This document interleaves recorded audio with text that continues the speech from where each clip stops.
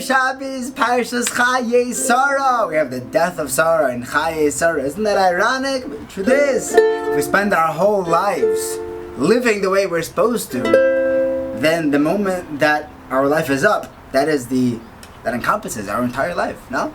This is the ribbon on the bow that is life. Anyway, Lavan comes running out as Eliezer shows up clearly with Avram Avinu's camels, Uncle Avram Avinu, and Lavan comes running up. Mari runs out, and then he says, Rivka, oh, what's with this new jewelry situation? I like jewelry, yeah. And then she says, actually, I am to be wed to Yitzchak. And then he kind of shimmies over to Eliezer and says, hey, how you doing? You want to come in? What happened to the Vayimar after he speaks to Rivka? It seems like his pace slowed down. So Gladstein brings down that why was Lavan so pumped? What was he excited about? Yeah, I know money excites him. Okay, so why was he no longer excited? So we know Hashem Berachas Avraham Bakol. So there's one medrash that says that Bakol means that he had everything, and you know what Bakol means? Everything, he didn't have any girls. Okay, a little more controversial nowadays, but the more Pashup side is that the Pashup side is that Hashem gave Avraham everything, total, full, everything he can want. And there's two parts to having everything that you want. First of all, Hashem gives you everything. Number two is that you're happy with everything you have. Mamela, you have everything. Okay. Avram Avinu walked away with everything. Okay.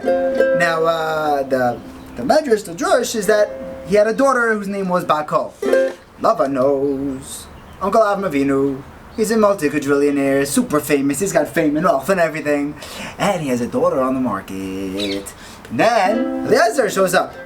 The private shots hidden for Avram Avinu.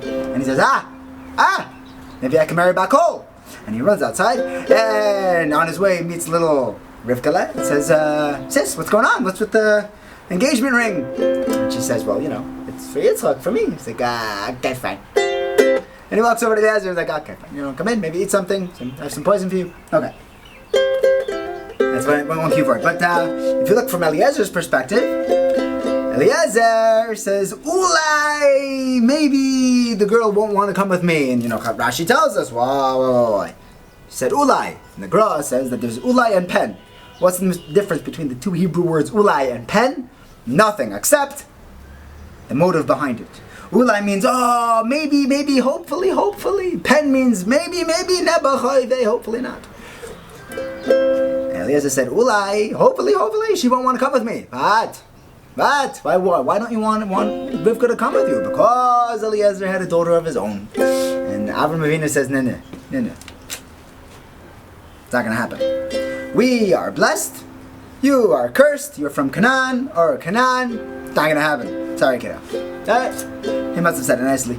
Eliezer, Evan Avram, Eliezer's entire identity was a chelik of Avram Avinu.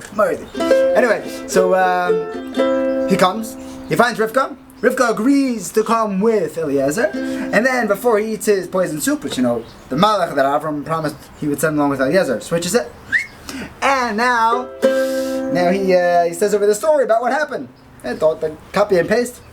In the Torah, he repeats the whole story. Over here he also says Ulai. Maybe she won't come along with me. Why are you still Ulaying? She's coming with you. Game over. Why are you trying to sabotage this shidduch? You're telling Lavan and Besuel, I was thinking maybe she wouldn't want to come. She's coming! Game over! What are you still doing? And Shad is Avram Avinu said you're cursed. That's why there's no shidduch here. But since he showed up, he said Baruch Hashem Elokei Avram Adoni Avram. And Lavan also gave him a bracha. Now Eliezer says, look, I have brachas now. Maybe you could do a shidduch now. Ulai. Still no. Okay. You see the power of a bracha. Is a nice of Shlomke's vil. If Shlomke had brachas like any Rebbe, you could see moifsin that happened with him all the time.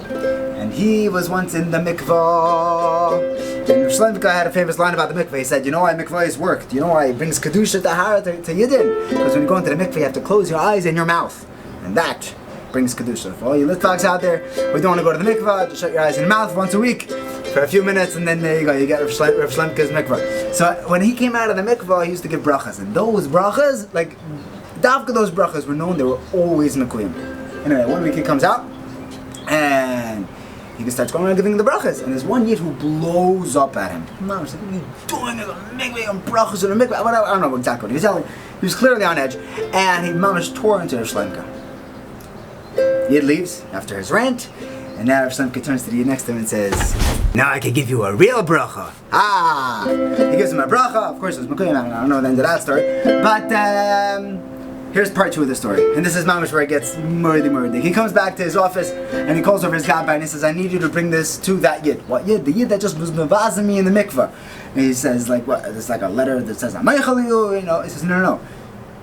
He's clearly on edge. Something is going wrong in this person's life, and he needs chizuk. Can you imagine? After a person beating you down, he said, give him some money for Shabbos. Okay, so he rocks up to the guy's apartment, gets in the elevator, goes up, doors open.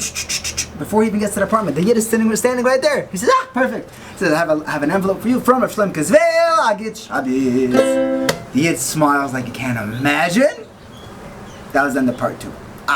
Part 3 of the story is the first year after Shlomke was nifter. By the Yartzeit Suda, this yid said over the story from his perspective. And he says, Isaiah, this is what happened. You know what happened? I was having a terrible day. We had 0 parnasa, we didn't have a penny to our name. And my wife said, Abie, you come home with money, we can have Shabbos, then come home. If you come home without anything for Shabbos, then don't come home. I'm locking the door. Feisty, Rebbitzin. Okay, Seder. So I said I went to the mikvah. I was very much on edge. Doesn't say, he didn't, tell everyone that I was mavas in the Rebbe. Seder. I said I came home and I didn't have any money. So my Rebbitzin locked me out. Seder. Okay, very honest woman. Okay. I'm standing there in the hall, Erev Shabbos, just waiting for Shkia. Like, what am I supposed to do? And like a Malach Hashem Tzivoko, his elevator door is open. And out walks the gabbai of Rav Shlomke's veil. And he hands me an envelope with money. So I took his money, knocked on the door again. Rebbe says, what do you want? Says, Kochvei Shabbos Kodesh. How's it? Kochvei Shabbos Kodesh. Moedeg Amaisa. What do you take from this Maisa? Brachos are amazing. Give brachos.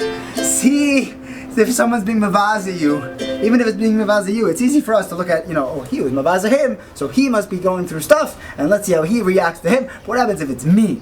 And this guy's yelling at me in front of all of my friends, and in front of everyone who respects me, and he's tearing me down and really cutting into me. Am I able to look at him and say, what's bothering you? Godless. Eliezer Hashem should be zeicha to have brachas like that, to be able to give brachas like that. That's how Shlomke's brachas work. Nice. Have a beautiful, beautiful, beautiful Shabbos. And I'll be zeicha to greet the Mashiach to Kingdom of Heaven. Amen. Divarech, Avarechecha.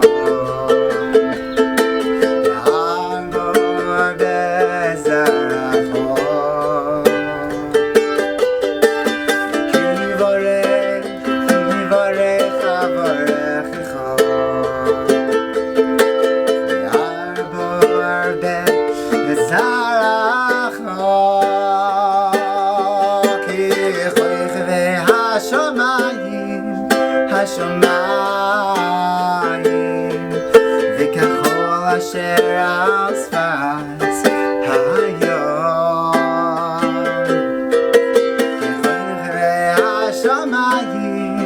Hashamayim v'kachol asher al sfas hayom.